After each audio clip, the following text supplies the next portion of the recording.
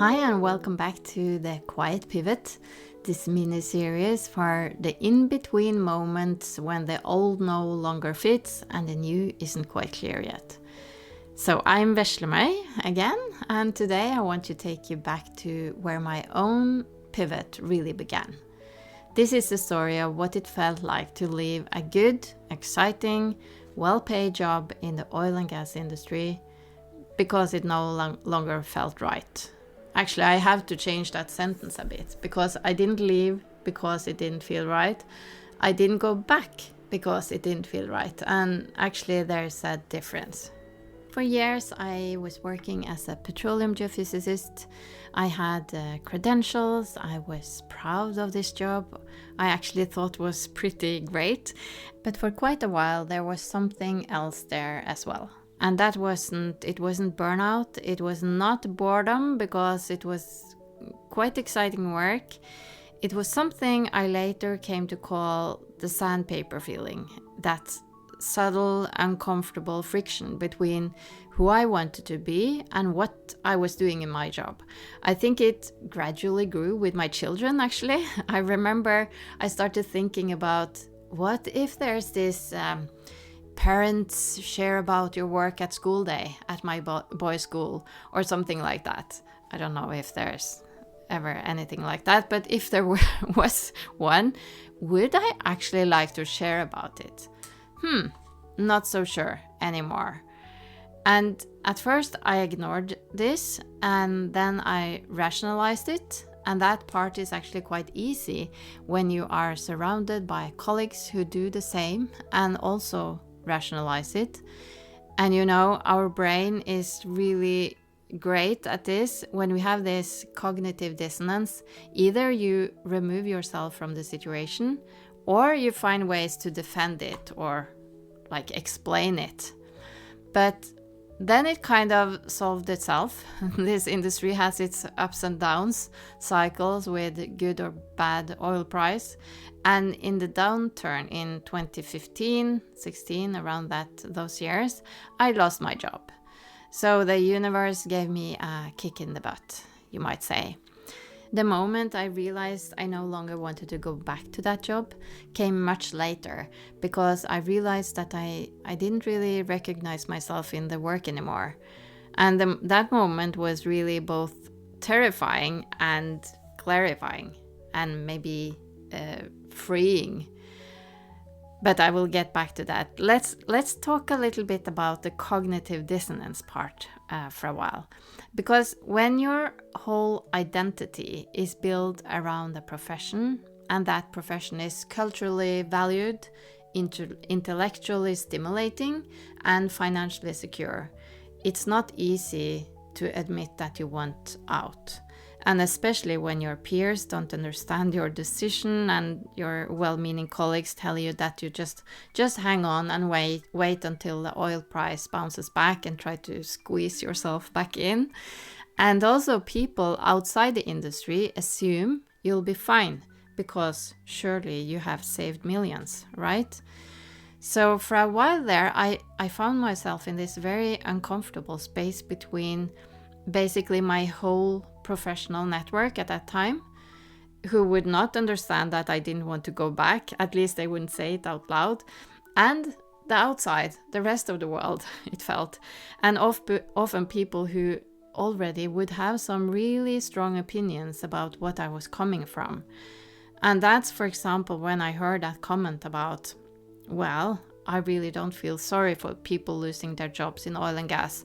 If they haven't been smart enough to save up some money, they can blame themselves. End quote. So transitioning to a new career can be challenging enough on its own. But when society's negative attitudes also come into play, it becomes extra difficult. So how do you handle it when your surroundings question whether your intentions are good? Will people trust you when you move in a different direction? Are you held accountable for all the world's misery? And can you almost sense a certain, what to call it? In Norwegian we say skadefryd, schadenfreude, or cruel delight from those who once upon a time thought you had a really cool job. So, if coming from an industry which is seen as bad by a big part of society and then claim that now I want to make a change, there can be some lack of trust. Why should we believe you now? Oh, so you're entering our territory now with your oil-scented hands. Okay, I'm maybe exaggerating a bit, but I think you get what I mean. I think an important part of this is our tendency to see things as black or white. So either you're good or you're bad. But if you have worked inside this industry, or any industry really, you know that this isn't the case. You have all kinds of people inside oil and gas, as you would have in any other industry. But because we so like to label people, put them into a certain category, this becomes challenging. So then you can face this reaction of, oh, so you're changing now. You come from this greedy, dirty industry and now you suddenly want to work with what? Sustainability? Skeptic. And to just add to that about not everything being black or white, it's not like this entire industry is bad. We have nuances here as well. And this is a totally different episode, but I truly believe that if there is some that could really move the needle to change for the better, it's exactly this industry. They have the big organizations, they have experience in running huge projects, they have really clever people, problem solvers. So if they decided to shift things, as they should, they could really move mountains.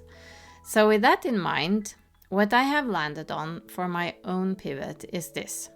Instead of dismissing my whole past and my former employers and colleagues and the work that I have been doing, instead of saying that I have done so much bad, now I will do good for the rest of my life to make up for it. No, instead of saying that and moving away from what felt misaligned, I decided to figure out what I wanted to move towards.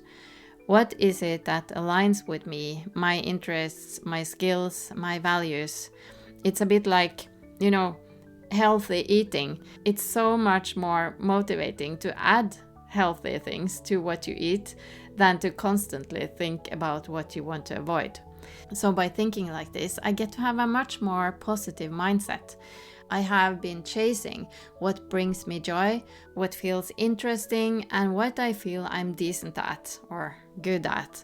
And of course, what has a positive impact. To take a somewhat extreme example, instead of saying that I will never return to the oil and gas sector, I can say that if there was a project that would be exciting, that I would feel called to do, that would also let me contribute to taking us in the right direction inside my old industry. So going back to oil and gas and doing something that would bring us in the right direction.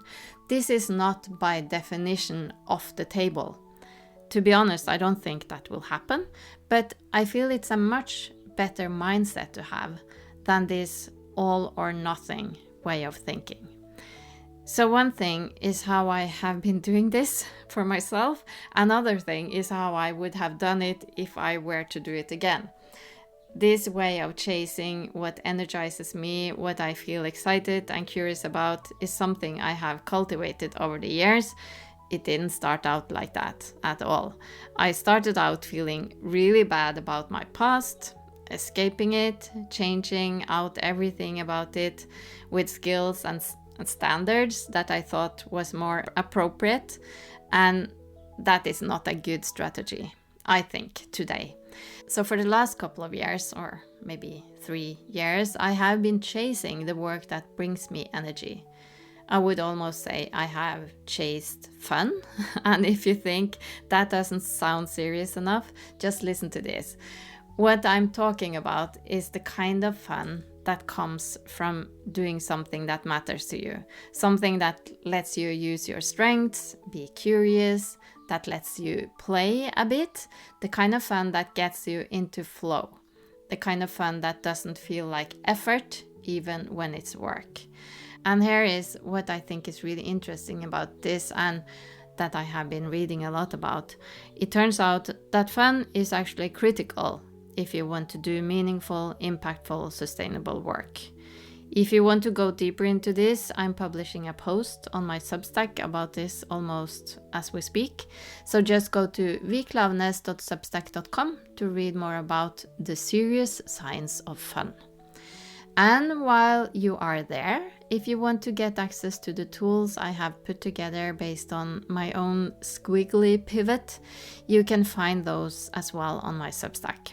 Or you can go to storiesforthefuture.com/pivot. So let me share one final thought.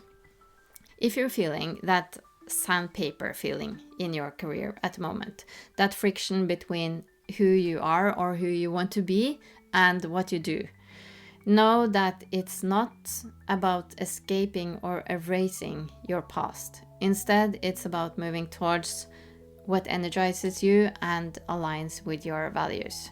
This isn't about labeling your past work as good or bad. It's about finding work that brings you joy, lets you use your strengths, and creates meaningful impact.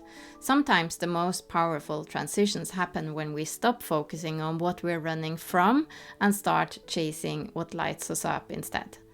I hope this was helpful and that you are starting to see this pivot as a great opportunity to discover a new and exciting path.